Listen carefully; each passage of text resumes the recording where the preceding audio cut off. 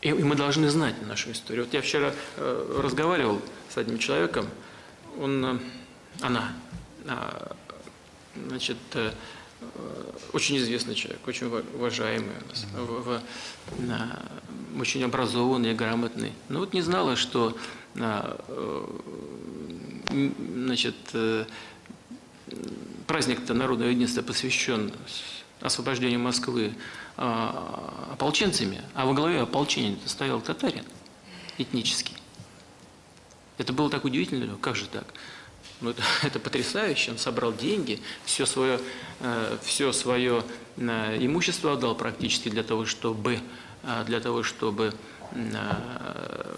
собрать ополчение. Князя призвал, во главе ополчения поставил фактически.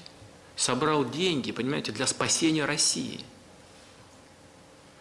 И это о многом говорит. Это говорит о внутреннем единстве многонационального российского народа, который кожей чувствует опасность от раскола, от раздела страны, от раздробленности.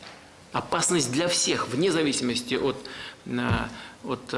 этнической принадлежности или религиозной принадлежности. И вот эти вещи чрезвычайно важны. И если бы вы как-то смогли